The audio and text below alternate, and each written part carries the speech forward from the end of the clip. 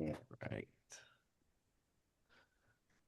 We're supposed to have a big crowd tonight because we did put out the flyer early and then we spread the word. But sometime some people got confused and yeah, so we'll see. Um, Well, we can wait a few more minutes, yeah, and I'll yeah. get comfortable. And other than that, I know how it's like. So as long as you're recording it, I guess people. Yeah, yeah. So we have So cool. Yeah. yeah, so Let me prep up while we're waiting. okay. So Andrea, you take it from here, boy? What is that? You take it from here? Okay, yes. Yeah. So I think we can wait for a few more Yeah, minutes for sure, Yep. people to absolutely. come in. Yeah. Yep.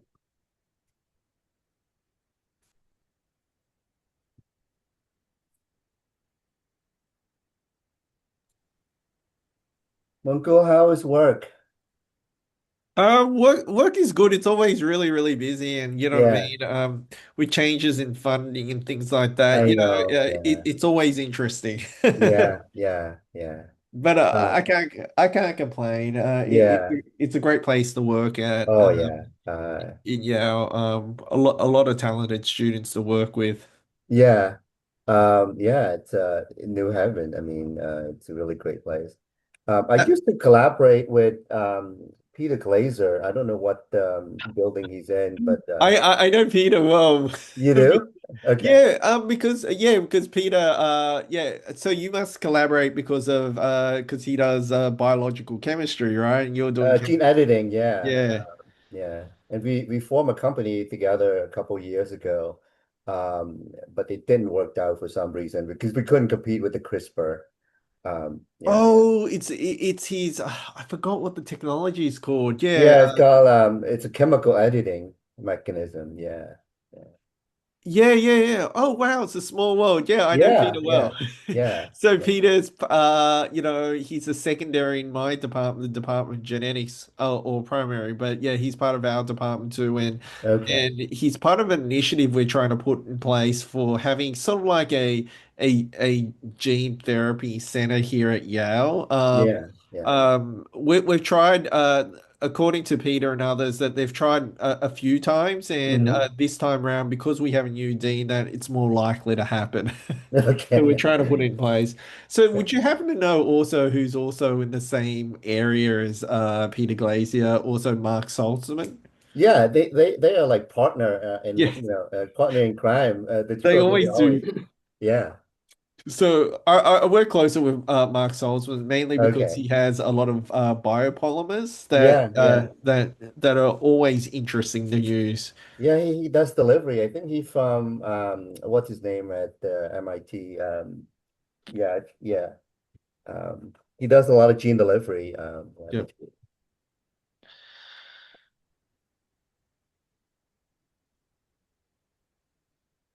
And I saw pictures from the Pitts you had an event in Pittsburgh last year. yeah. Looked like a lot of fun. I'm so sorry I can't make it. Okay. Yeah, we would love to have you here, or we might move to New Haven just to have you on board. Yeah, we had about 15 people for about what 4 days. It was Yeah. fun, and we're gonna do it every year, so we'll do it again this year. Yeah.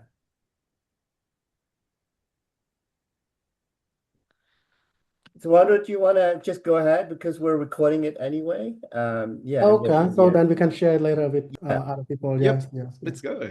Okay, yeah. So I will just a bit share about what we are and introduce Dr. Monkol. So I'm glad to see everyone here. At least I see Bong, so one from Japan, and most of us here in the US.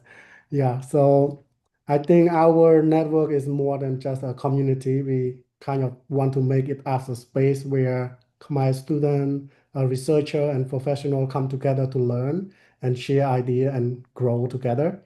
So no matter where we are located, we kind of stay connected through the common goal.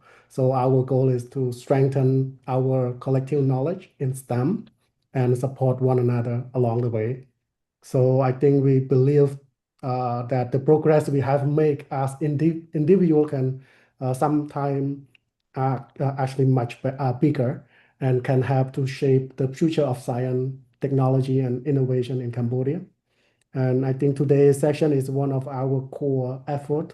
So we can come here together and share, highlight our Khmer excellence and offer the roadmap for the next generation. So pursuing the knowledge sometimes can be feel really lonely. By sharing the success and the mistake, we can inspire and refresh one another and ensure that none of us have to move forward alone. So I think it's my honor to introduce our guest speaker today, Dr. Monkol. This is the introduction especially meaningful for me because Dr. Lea is like where I'm currently a postdoc in Massachusetts General Hospital, the very place where Dr. Monkol complete his postdoc training between 2012 and 2017. So I think for the detail of his journey, I think I will just let him do it by himself. Yeah. Cool. Thank you very much for the kind introduction. And yeah, thank you very much for the organizers for giving me this opportunity to give this talk. Yeah, it's the first time I've ever given it to a Cambodian community, so please don't test me on my Cambodian. It's horrible. So hopefully the questions in the question time are in English because I'm gonna have a hard time with my Cambodian. So just to start off, good morning, good afternoon, good evening, wherever you are, and of course, drips, or so hopefully I pronounced it correctly. So one of the things when I give a talk, okay, I, I'm a mystery mainly because I look Southeast Asian, and for this audience, you already know that this name is also a Cambodian name. Not many people know that. So I look Southeast Asian. I talk with an Australian accent because this is not a Cambodian accent. It's not an American accent. This is actually Australian accent for those that don't know.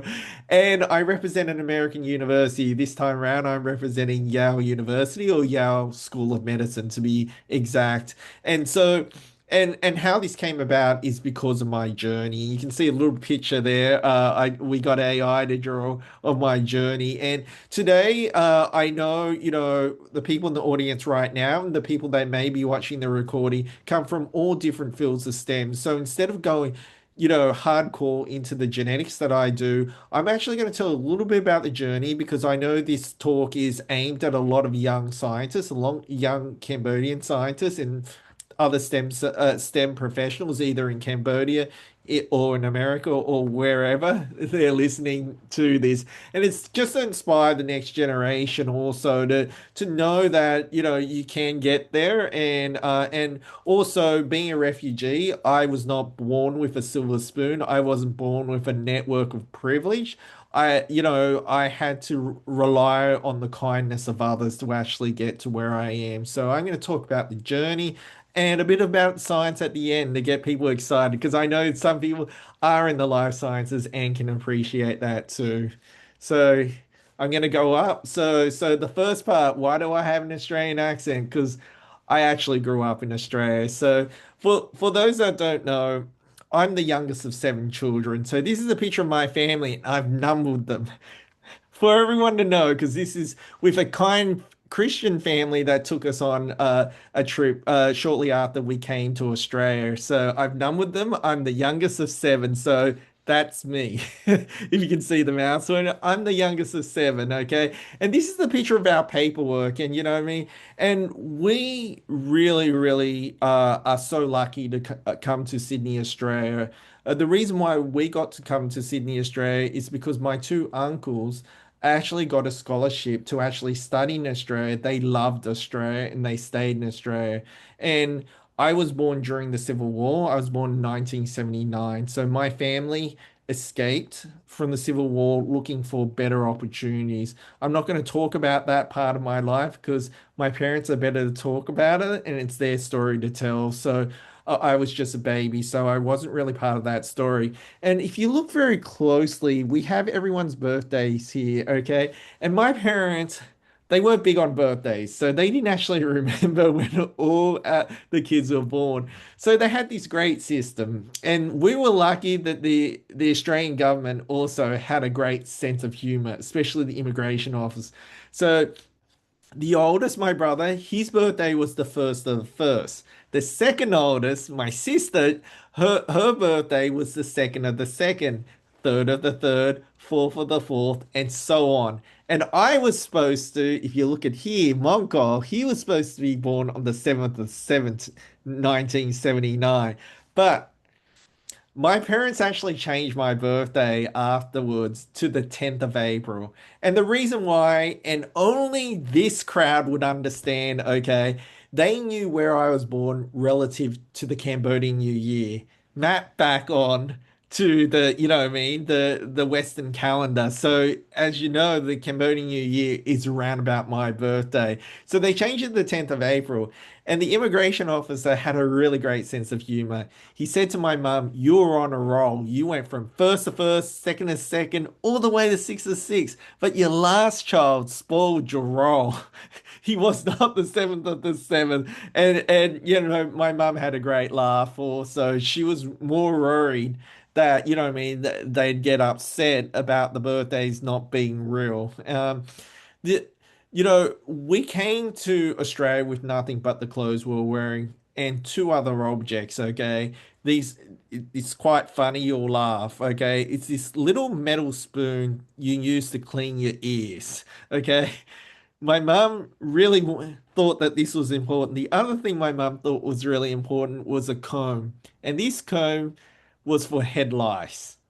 It would comb out the eggs of head lice out of your hair. And they were the two possessions other than the clothes we were wearing. So this is the house that I grew up in Sydney, Australia when I was a kid, okay? It only had three bedrooms. And as you recall, there's seven of us and my parents. So my eldest brother had a bedroom to his own, my parents had a bedroom, and we had six of us living in one bedroom. And through this little window, not the big window, the little window. And how do you fit six people in one room? Two bunk beds. And my brother and I slept on the floor for 10 years of my life. For me, this wasn't actually considered, you know, different or whatever. It was just my life, and I thought it was fun and exciting to actually share room with a lot of my siblings. I didn't know at the time that, say, my friends had a bedroom to their own. This is just what it was for me, okay? And my mum did not work. It was only my father working, and so we were not rich at all. And so one of the things that we got by on is the most simplest of dinners some nights just to save money. So it was egg, and I've been told that Cambodians everywhere, not just in Australia, but also in America, they love their Maggi. So a bit of Maggi, bit of rice. And this was sometimes dinner when, especially when we had too many guests come over. This was my dinner.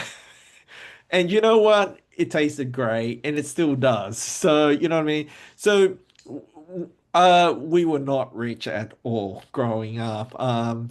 But one thing I learned to love in Australia is sports. So in Australia, there's this great love for sports. So there were two sports that I really love living in Bankstown in Australia. One is this sport here called rugby league, and this sport here called cricket. And why am I saying this? Is because growing up in a working class suburb, this is a nice way of saying I grew up in shit towns.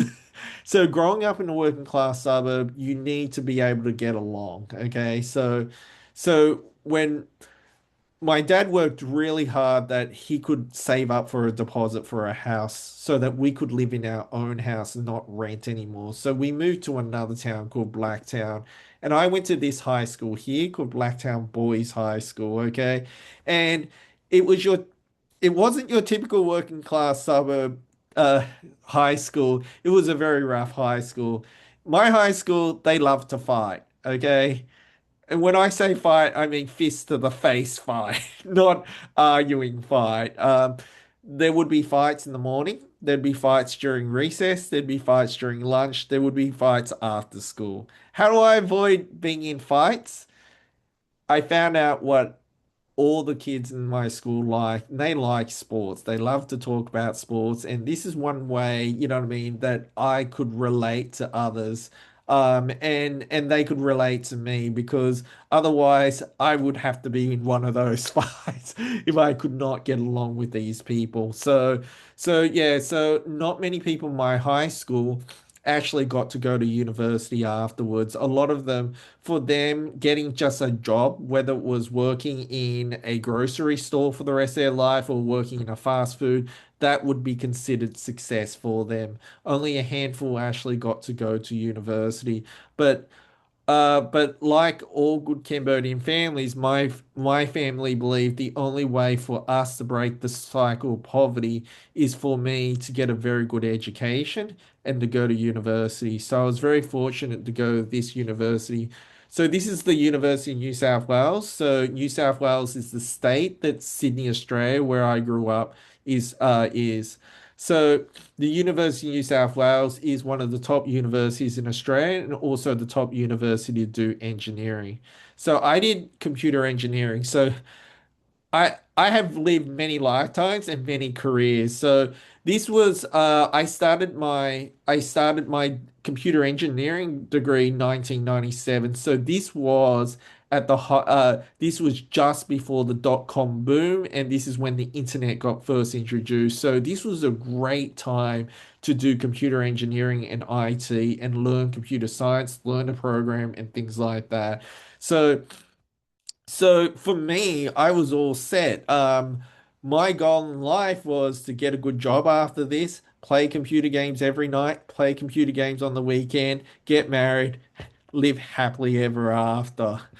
But but it wasn't to be. So, towards the end of my degree, I started to realize that I was having problems going up hills, standing up on public transport for long periods of time. And I'd be totally exhausted at the end of the day. And this university, this building here was on top of a very, very big hill. So to go between classes, I would have to go up a big hill. And towards the end, I was struggling, okay? And I realized then I was not normal in terms of my muscle.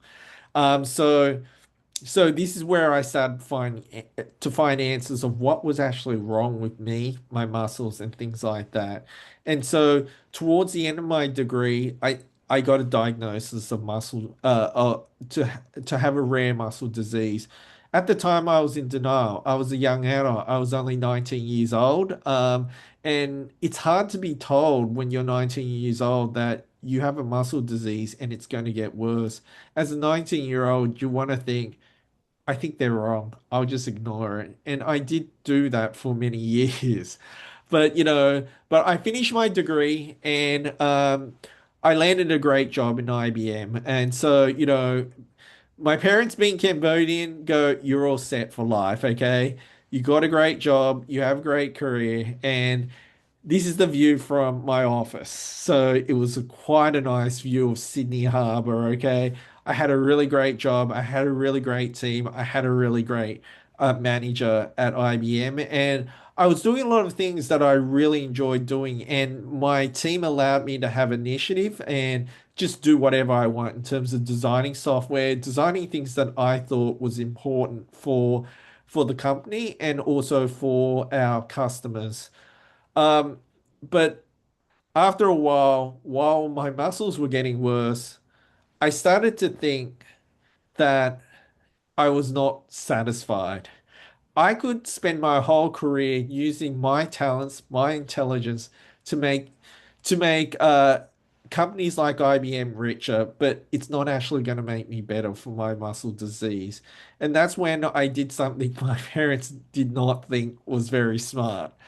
I left IBM. I told them I was going to quit. I was going to go back and study full-time university and earn absolutely nothing for the next 5 years. And then go and become a PhD student and earn barely anything at all. So, and that's why I switched careers from IT to medical research. I'm going to talk now about a little bit about genetics. So one thing I did not realize is that there was a recessive disease in my family. So when I was about 10 years old, so this is 10-year-old me trying to do some house chores. I rarely did any, but this is a rare picture of me doing something in the house, around the house. My my eldest sister, so this is my oldest brother, my sister. My oldest sister was diagnosed with a rare muscle disease, okay?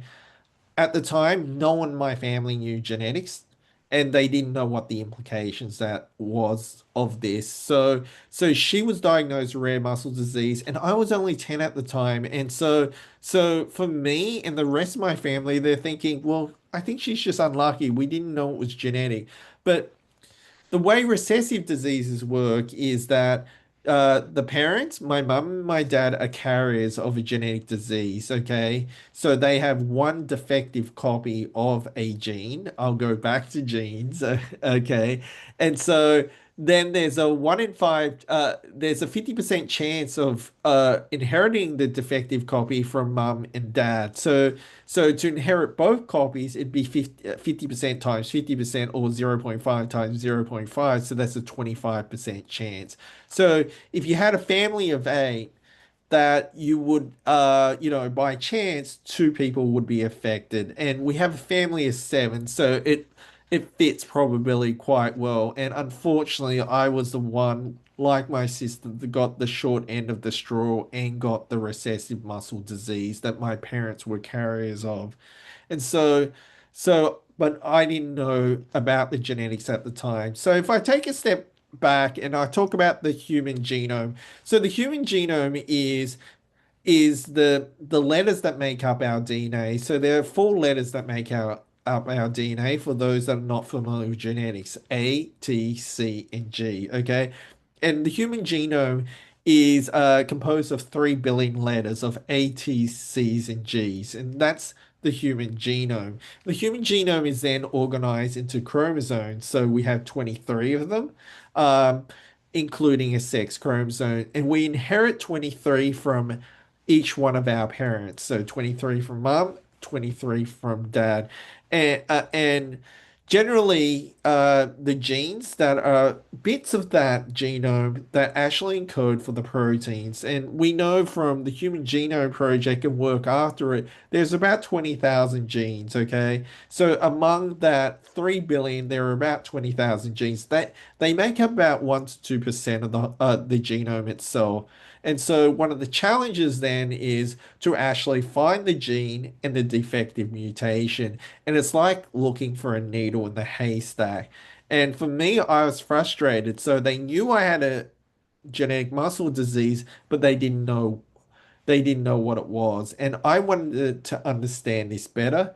I wanted to help myself and other people like me. And I also wanted to work on therapies also, not just find the genetic cause, but the therapies behind it. And then I went to UNSW again. Like I said, but this time for another 4 years. So I spent a lot more time here. This time it was different. When I went back, everyone was a lot younger than me because I had worked in IBM for 3.5 years. Now I'm hanging out with people a lot younger than me, and they were very annoying. Okay, but I was very focused. This time around, I knew why I was at university. I was in university because I wanted to do a PhD. And so when I finished my degree, I did my degree. That's where I met my wife, and then we got married. And the first thing we did was we moved to Melbourne to do our PhD. When we moved to Melbourne, we lived there. So yeah, we packed up everything. We went to Melbourne, and it was an absolute disaster. Our PhD supervisor was not good.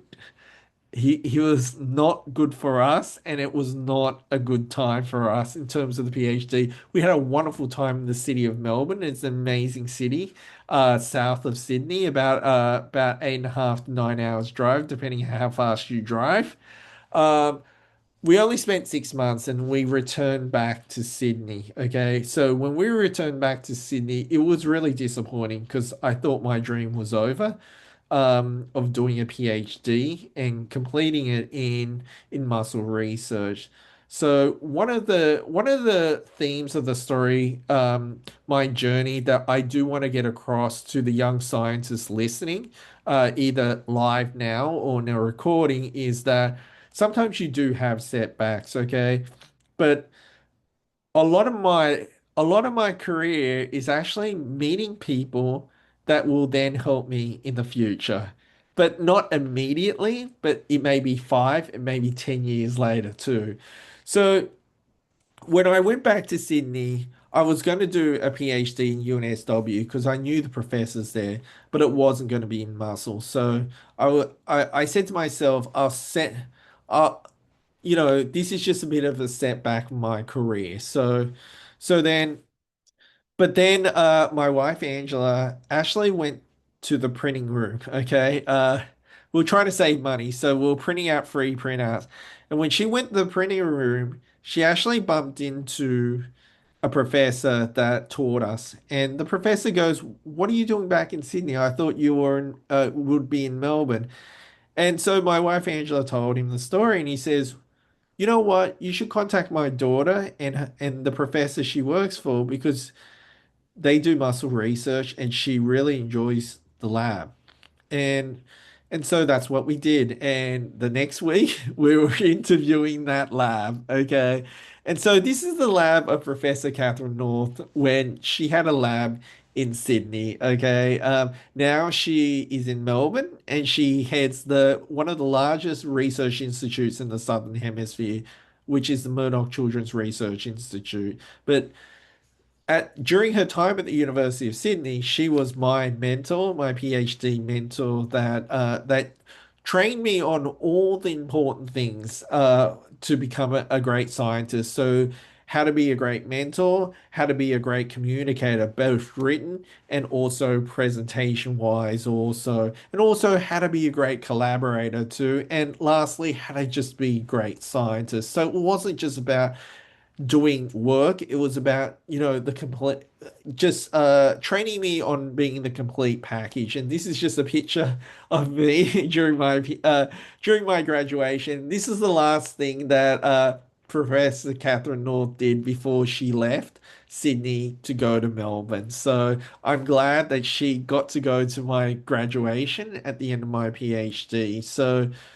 So then this is a picture of them getting a genetic diagnosis. So when I was doing my PhD, I did my PhD at Professor Catherine North's lab, and her lab is actually responsible for genetic diagnosis. And so they would see me every day. And so one way of motivating people to get a genetic diagnosis for you is if they see you every day. And they eventually did get a genetic diagnosis. And so this is a genetic diagnosis on the cake itself. So it's a mutation, rare mutation in the telethonin gene, so or the TCAP gene. Um, I think I forgot to put the screenshot, but I'm going to touch upon that. But this picture here at my graduation is also with who, a person that was going to become my future boss. So this is Daniel MacArthur. So Daniel MacArthur, during the start of my PhD, he was actually a PhD finishing up as a student. Okay. And so for his postdoc, he actually went to Cambridge, UK, the Sanger Institute, to actually work on the 1000 Genomes Project, which was one of the biggest human genetics projects at the time. And it was a really exciting time for him. He worked on some really groundbreaking research. And after that, he got an opportunity to start a lab at Massachusetts General Hospital, which my host just mentioned, in the Sim Cheese building, and also at the Broad Institute. And he actually messaged me and he says, Monko, I really had a great time with you when, we spent time as students. Do you want to become my first postdoc?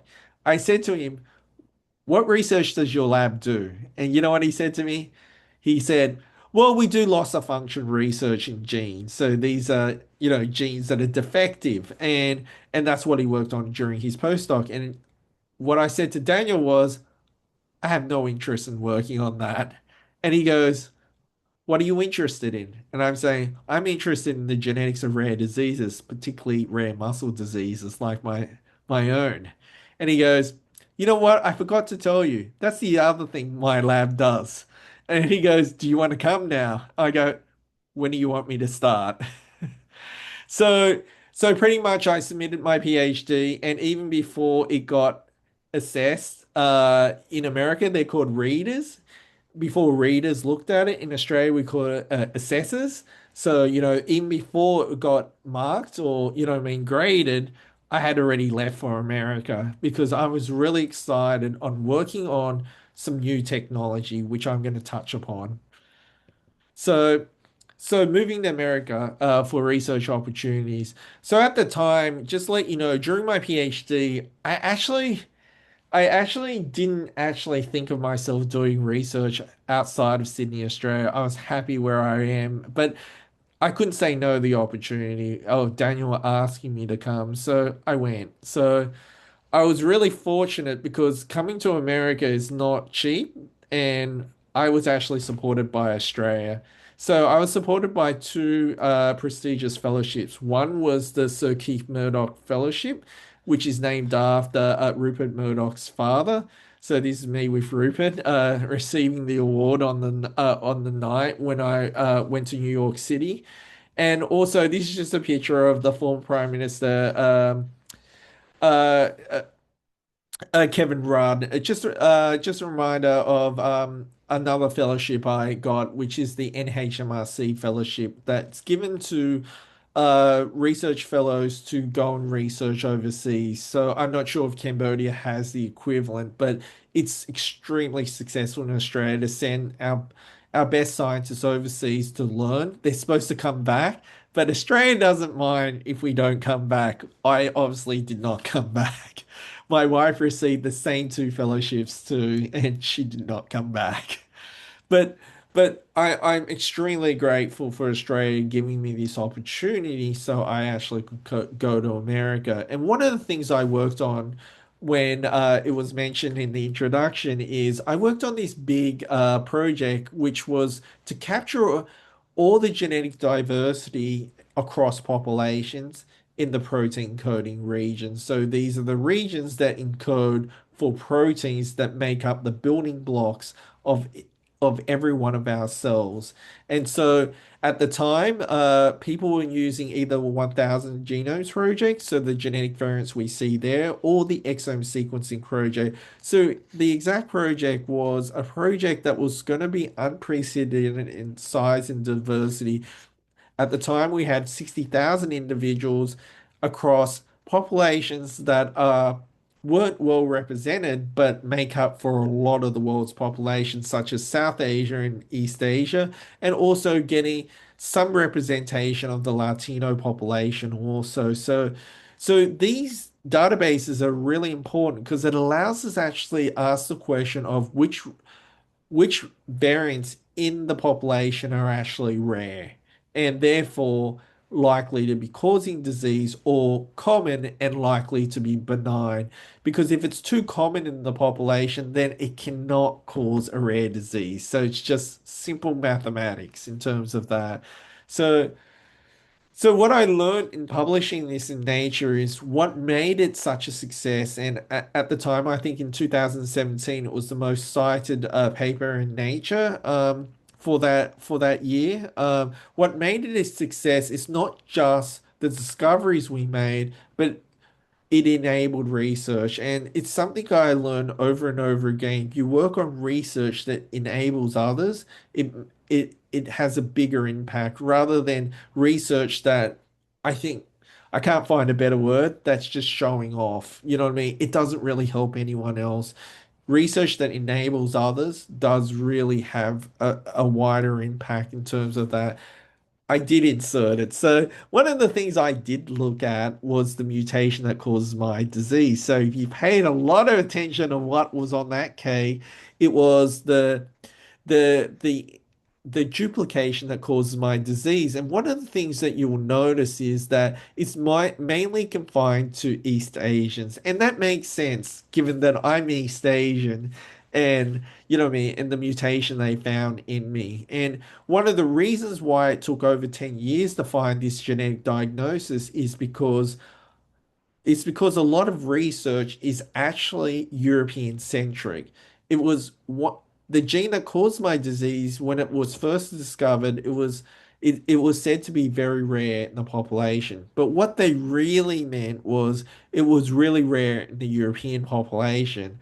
Unfortunately, my doctors forgot to realize that I was not of European descent and already made that conclusion that this gene could not cause rare disease in me. And now we know that there are founder mutations, so mutations only found in a particular population that actually cause this disease, and this is a mutation found in East Asians. So we know from my collaborations with China that there are other Chinese patients, also Singaporean patients, Taiwanese patients, all of East Asian origin, probably from China, that this mutation has gone across and actually caused the same disease as me.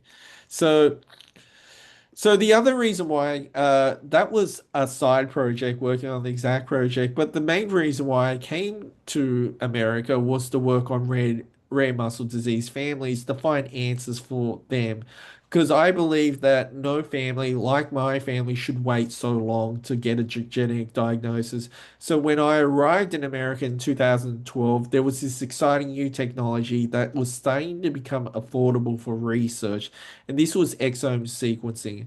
So the ability to just capture the genes and the protein coding regions of that gene and only sequence that. So that's the 1 to 2% that code for the 1 to 2% of the human genome that code for the proteins. And so by capturing that, we can sequence it and use that resource that I worked on, the exact project, to ask the question, which variants are rare in the population and which are not in the population, and actually get the answers. So this is family A, one of the first families we analyzed and actually found an answer for. It actually took longer to do the human ethics paperwork than actually to do the sequencing, and then do the genetic diagnosis for this family. So it was the goal when I arrived in America to help find answers. Not for American families, these were actually Australian families. So we collaborated with Australia to actually work on their DNA. So it was a way of giving back, given the fellowship that I received to find answers for Australian families, but using American technology. So this is just collaborations that I worked on while I was in Massachusetts General Hospital and the Broad Institute to find answers for other families across America and elsewhere. So, so, so just transitioning, and I'll pick up the pace and then wrap up. Transitioning to the last part of my talk, and that's coming to Yale. So I could have stayed in Boston because I had amazing time there and keep publishing high impact publications. But one of the other things I wanted to work on was the full patient journey. And the full patient journey is actually to actually find genetic therapies for the patients also because the word for it I had at the time is I didn't want to make a career of delivering bad news faster. By saying what gene and what mutation causes someone's rare genetic disease, that's all I'm doing. I'm delivering bad news faster. I actually wanted to do something about it. Because being a rare disease patient, yes, it's great to know what disease I have and what gene is causing that disease, but it's even better if there's a therapy for it to actually treat it. staying at the Broad Institute, I'd never have that opportunity to work on the other parts. And that's why I came here to Yale to have my own research lab so I could work on the other parts. So I'm going to skip past some of these things that I worked on, but I'm going to talk about to wrap up just this part, and then I'm going to give some take-home messages of some things that may help other young Cambodian STEM professionals and scientists in their career. So, so two things I did get to work on is a CRISPR therapy. So the ability to go and precisely edit a part of the genome for one patient with Duchenne muscular dystrophy. So it was a way of, I'm not going to go into exact details, it's a way of delivering this CRISPR therapy and to turn on a gene. So it's to turn on a different version of this gene to compensate for the lack of dystrophin in this case. And so this was the first ever CRISPR therapy for Duchenne to go to clinical trial. So it got published in the New England Journal of Medicine. Unfortunately, the patient passed away during the clinical trial. It had nothing to do with the therapy. It was just a really severe reaction to the AAV, which is the virus used to deliver the therapy itself. So it was very unfortunate. And for me, if the patient, even if the therapy didn't work, and I would have traded that for anything. For what I mean, I was not interested in the publication. I was just really distraught. It was probably one of the darkest moments of my career. It was a promising therapy that we had developed. It just wasn't to be in terms of the way we were delivering it. So another gene therapy our lab worked on also is limb-girdle muscular dystrophy. It's a different type to the one I have. And here is a picture of how diseased muscle looks like. And this is us delivering the gene therapy at different doses. And you can see you can go from this disorganized muscle, if you look very carefully, to something that looks more like the wild type here when you deliver the gene therapy. So, so this work has been our collaborator and foundation, Charles River, Cure Rare Disease, sorry, was able to put in a CERM grant. So this is the California Institute for Regenerative Medicine grant, so California grant to actually bring this to clinical trial. So hopefully, this can be used to help patients. The gene therapy we develop. So these are two types of genetic therapies that we work on, and we're working on other genetic therapies in the work that we do here at Yale.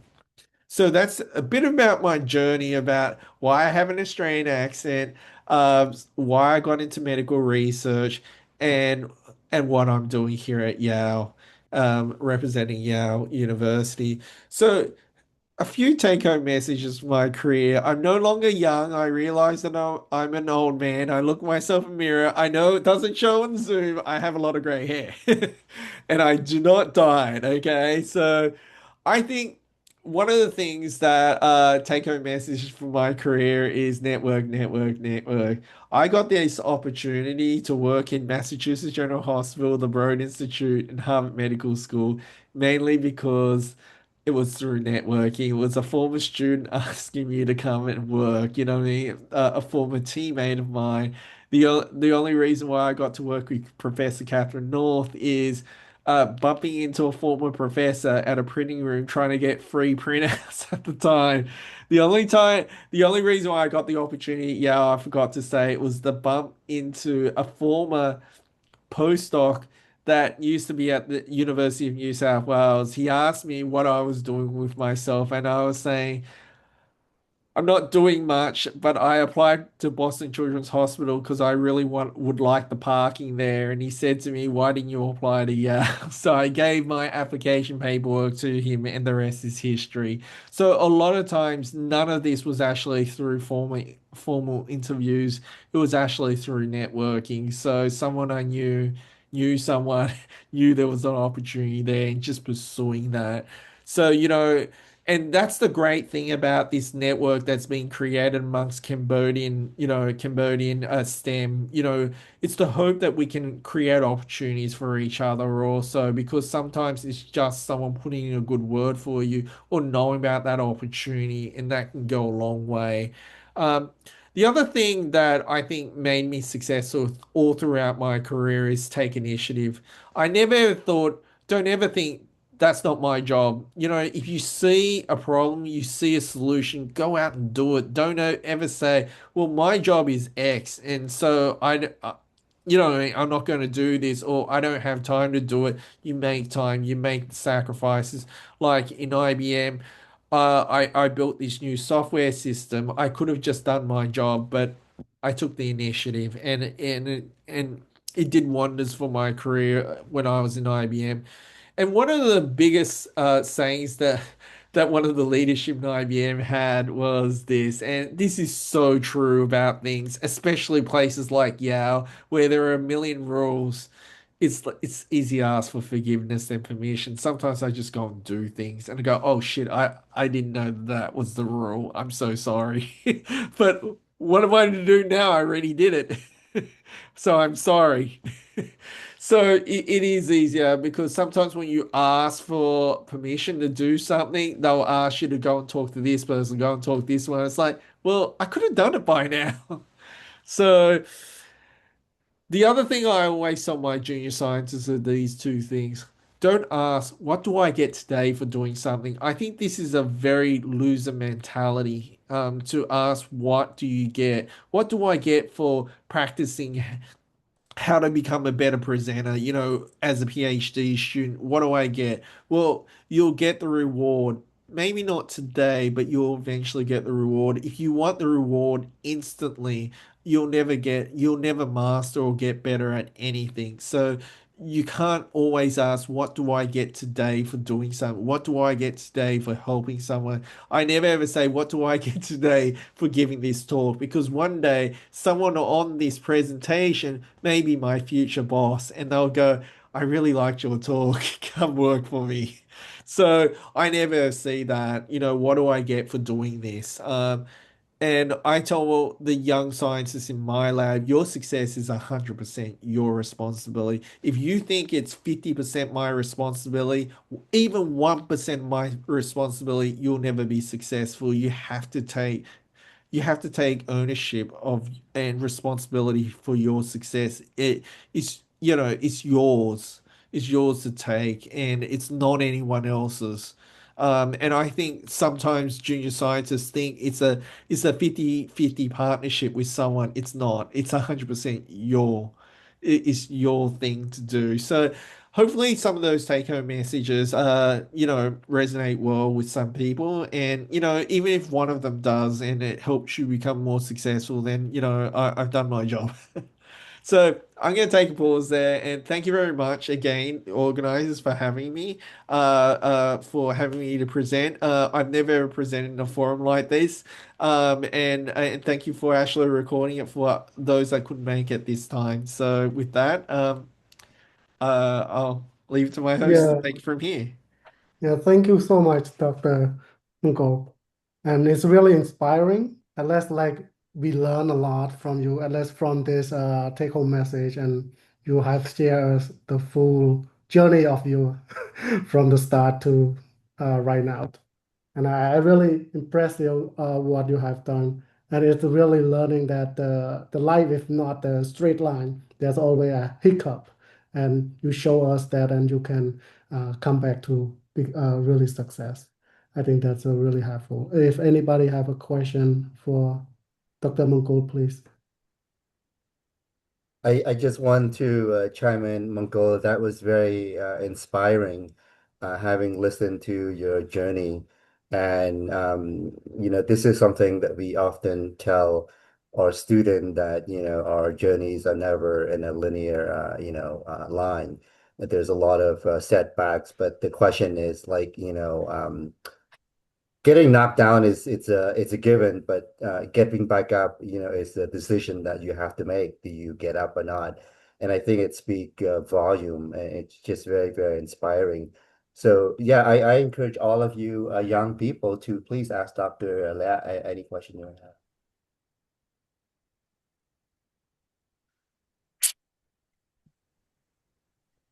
Thank you so much for your talk.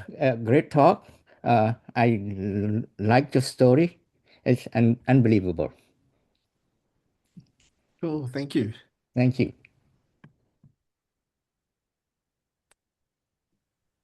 Um, Hi, Jimripsu, Professor Monkol. Um, this is a very like inspiring story, and I am wondering like throughout your research, what is the like most unexpected finding about your like research? Um, I think that there are many components. I think for me, some of the unexpected findings. Let me think, because with translational research, it's not discovery based, so it's not that. So I guess it would have to be some of the postdoctoral work. So one of the questions we wanted to ask with the exact data set, it didn't become a Nature publication because there was a lot of data. One thing I did not have a chance to clarify is the analytical work that went behind it. And one of the questions we wanted to ask for it is the extension of work that my previous mentor Daniel MacArthur did during the 1000 Genomes Project, and that's to ask which which genes we cannot do without. And so so the question is to ask which genes are very sensitive to mutations and therefore impact human health and disease. So one of the unexpected findings is how many of those genes are there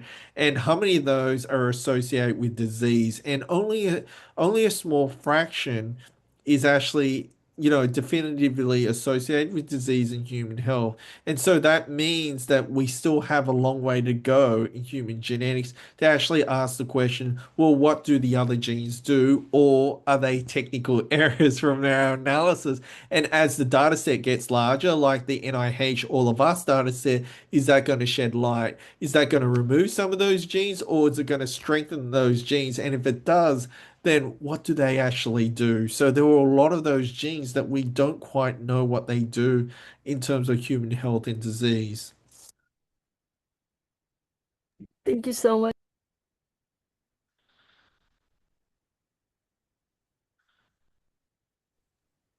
Hi, Dr. Lek. Yeah.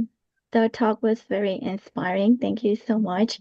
Um, you mentioned a little bit about the AAV. So I don't have any experience about gene therapy, but I did look into AAV5 before.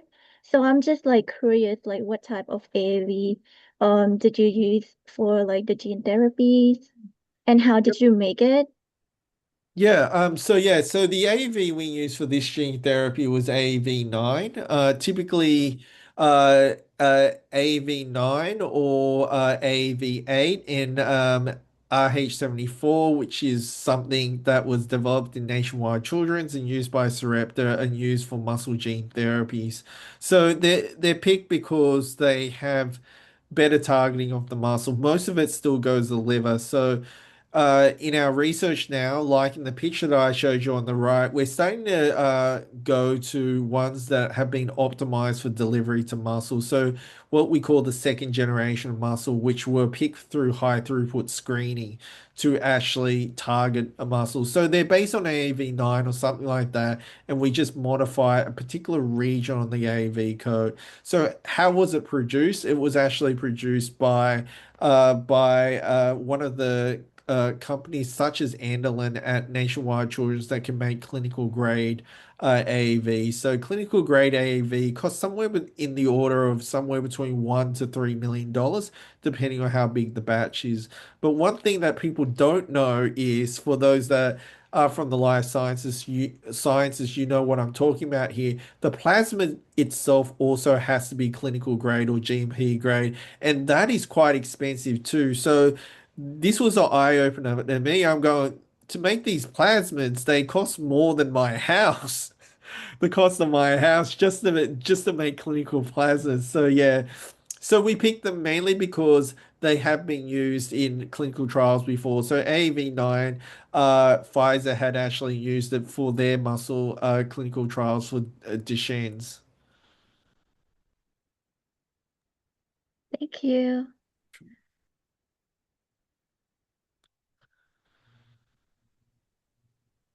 Hi, Dr. Lek. It's a very Hey, inspirational talk, and I really enjoyed so much. And like, I have a question. Like, since you work on the rare disease, like, have you ever sort of found like the connection between the rare and the common disease, and like the significant findings that you found in the rare disease, like, can also be implied to the other disease or not? And like, for another question is like for the CRISPR of in the rare disease, like, is there any off-target effects of yeah. that genes or not? Yes. Oh wow, that's a lot of questions. I'll try and answer them as briefly as possible, and if I don't, you can follow up over email because that's a lot of questions. So yeah, a lot of the diseases, you're right to point out that a lot of these rare diseases that we do study sometimes also have a common variant or common disease counterpart, which may not be as severe. So, for example, one of the things that I flipped through very quickly because I didn't have time to talk about was one of the things we work on is the genetics of congenital heart disease. Yale has the biggest cohort to study congenital heart disease. Another big cohort we have is the genetics of pregnancy loss. Both of those can be caused by rare variants and also be caused by common variants also. But what we see from some of the research that I did when I was at Massachusetts General Hospital is sometimes the rare variant version is the more severe version, while the common variant version is sort of like on I would say on the spectrum of the low end of normal. So there is an interplay between rare variants and common variants, and we see that in a lot of our what we call our common rare diseases that we do have a combination, and we also have a contribution from structural variants also that actually contribute to each one of those things. So you are right to point out that there is this interplay, and I think the next frontier of human genetics is actually to look at that interplay. So one way you can look at it is when you think about common variants, they're what we call polygenic, okay? So it's caused by many variants across the genome, while rare diseases sometimes are just monogenic. And so at the moment, rare diseases, our diagnosis rate, which I didn't talk about in much details, is around about somewhere between 40 to 60%, depending on the disease. And one of the hypotheses out there is actually oligogenic. So it could be digenic, could be trigenic. So it's the middle ground between monogenic and polygenic, something in between. And this could be explaining some of the sort of like the missing heritability or the missing genetics explaining some of the diseases that we haven't explained. Regarding the off-target effects, yes, there are off-target effects, and one of the things we're actually doing right now in preparation for a clinical trial is actually characterizing the off-target effects.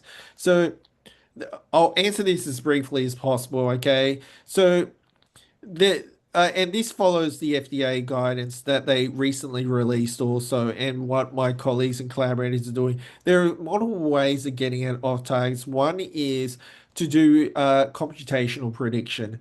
So when you do computational prediction, you can do it based on the reference genome, you can do it on the intended patient's genome, or you can do it relative to the common variants we know in the population to simulate a hypothetical patient, okay?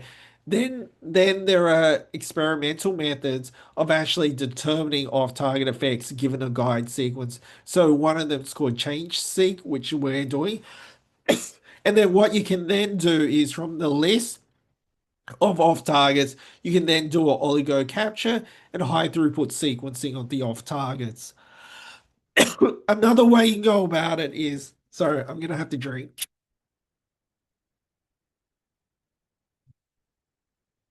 Another way you can go about it is also to look at structural variants. So two ways you can look at structural variants is you can create special libraries that then you can then sequence by short read sequencing, or you can do long read sequencing. So you can do on-target structural rearrangements and also genome-wide.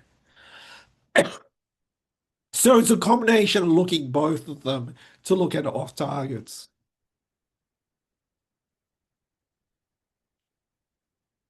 Hopefully that answers your question briefly, but it is a very big question. Thank you so much. Yeah, because like every time I present my data to my committee, and then like whenever I like mentioned about the CRISPR, they always ask about the off-target effects. And Yeah. like I always mention like long read sequencing and then like spatial using Xenium, and then they really like the idea, but like it's still along the way. But I'm not sure if my idea is the right or the wrong one, and I just want like to confirm it with you again. Yeah. So yeah, that would work also, but I think the lowest hanging fruit are the small indels that will be created because they're the most likely, and the on-target structural rearrangements are the two most likely to yield the most off targets. Thank you very much. Yes. Cool. Is there anybody else? So I have a question like Yep. because the in the cell there's a two genome, right? One from the nucleus, one from the mitochondria. Yep. And do you have a way to quantify like which mutation is coming from, like the percentage, or in one disease there's several mutation and do they overlap between each other or? Yeah, I think that's a very good question. So at the moment, that is an interesting area of research. So you probably read up about some of the research. So one area of research that I did do here at Yale when I came here at Yale was actually look at mitochondrial variants and also looking at diversity of mitochondrial variants and also genes and regions that are constrained in the mitochondrial genome. So typically, when we look at things, we either look at them in isolation, the mitochondrial genome or the nuclear genome. But the fantastic thing that we've found is when you do whole genome sequencing, you get amazing coverage of the mitochondrial genome. That's why we can actually do a lot of this characterization. But I think one area of research that now my former postdoc, who now has her own lab at Yale, Nicole Lake, is interested in is looking at that the sort of like the interaction between the mitochondrial genome and the nuclear genome and how that can actually impact human health and disease. So one way you can think about it is a lot of the mitochondrial genes and proteins are encoded in the nuclear genome, while only 13 of the protein coding are still left on the mitochondrial genome. So there's definitely interplay because those proteins have to come together to make complexes in the mitochondrial genome. And the other thing that comes into play that she's interested in researching is the mitochondrial genome haplotypes themselves. So the common variants that you find on the mitochondrial genome, they're restricted to particular regions of the world. And that's because only seven, there's a great book about the seven Eves that left Africa. As humans migrated out of Africa, there was only seven mitochondrial haplotypes that left. And then you can trace them back to regions of the world that it went through. So, East Asia has its own haplotype and things like that. So when we do the analysis, we will see the concordance between the mitochondrial haplotype and the region of the world through PCA that the nuclear genomes from, and the only time it will be discordant is if you have admixed population. So the Latino population is the admixed population, and the African American population is the admixed population. That's when you get that discordance between the two genomes. Yeah, that's really cool.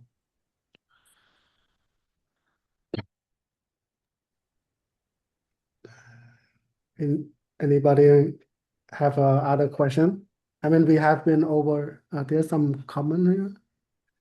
Yep. I think you can unmute and just talk, or maybe I just read it out.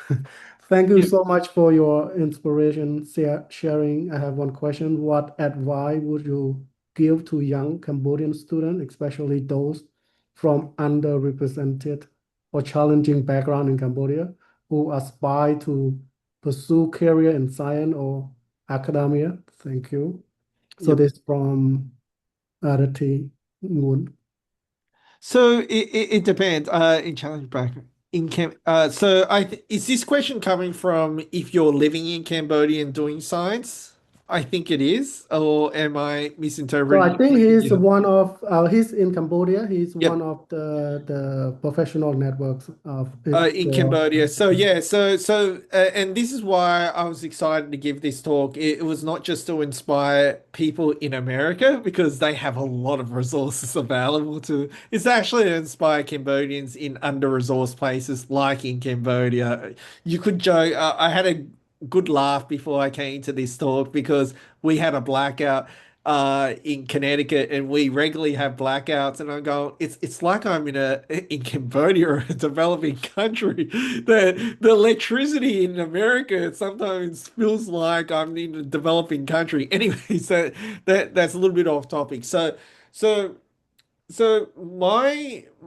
my advice is this, okay? I'm not sure, and this is where I'm asking the network also, if someone can chime in also, if there are if there are ways that American universities or American or professors, Cambodian professors working in America can actually sponsor, sort of like, so for me, we, I can sponsor, you know what I mean, visiting scientists. Okay, so there's a thing to be mentored remotely, but then there's a thing to be to visit. Okay, so for example, for the next 3 months, I think this is the second month. I'm actually hosting a scientist from India, and he got this opportunity not because I'm rich. Our lab is rich. He got the opportunity because there's this NIH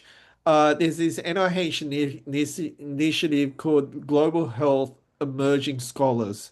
Okay. And it allows, and I know that people in Southeast Asia are involved, like people from Thailand. There was someone from Thailand. And it allows people coming from developing countries to come to America, train at a university like mine with a professor like me to actually learn and then take those learnings back home. Okay. So to learn from a professor remotely for 9 months and for 3 months come to their university and learn some more, and also learn from others that are part of that program, and also formal learning from the NIH that are running that program too. So this is one of many of these things. But we have a network right here. We could network also. So I think my number one advice is, as I said in my talk, network, network, network. And the best way is to be mentored either remotely, but preferably to come visit America, via, a visiting visa to actually experience it, because I think there's no replacement to physically come and visit a place. It doesn't have to be America. It could be a great a scientist you want to learn from in Australia, but you can't be shy too. Okay, so some of the high school students that come and do summer internship, they're not shy. They come from all over America, and the thing about America is there's a lot of inequality, but there's a lot of inequality in the world that because they did a summer internship with me, they got into an Ivy League university. But you know what I mean? It's unfair, this world, but at the same time, you have to be willing to reach out. And I think having a network like this gives that opportunity to actually learn uh, abroad, basically learn abroad. And if your financial situation does allow, at least you can do it remotely. But I also wanted to chime in what Monkol just mentioned. This is one of the reasons why we formed this network to help each other in that regard. So, for example, for this network, we formed this online research, although it's not hands-on. We try to do as close as we can. And then also this summer, I'm bringing 5 students to work in my lab in Pittsburgh. And I think a year or two, we tried to bring in some more Cambodian students from Cambodia. but the problem is funding and scaling. Yeah. Those are the two issues that we're trying to address at the moment. But I think that is our goal. Yeah. Thanks for chiming in. I thought that was one of the things that we could work together, everyone on this call, you know what I mean? Where if you're a student, then maybe talk to your PI and things like that, because I feel like, this is the only way we can help each other by Right. creating these opportunities to train and learn from each other. Yeah. Yeah. Thank you. So is there any like a MOU, like a collaboration with the Cambodian university, like have an exchange program or like a half program, something like that, 2 year plus 2 year here and there? Is that we still need the funding from it, or the university have a way that work it out?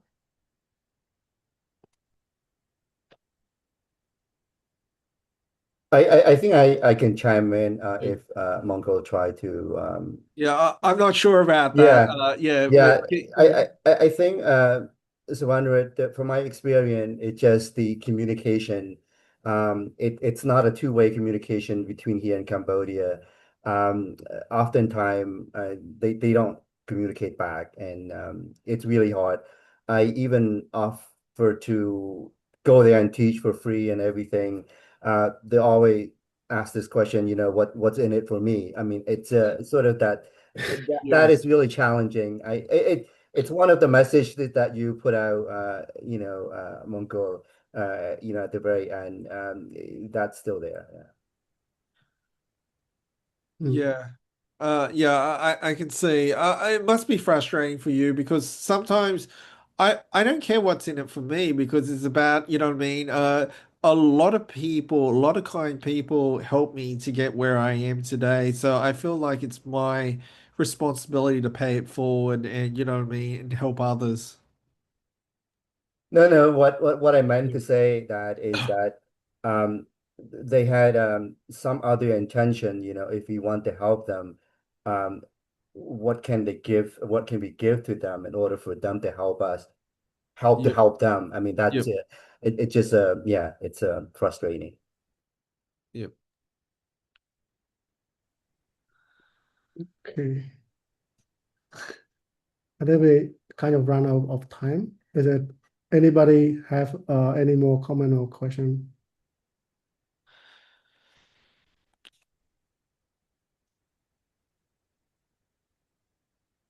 Wait, Apu unmute.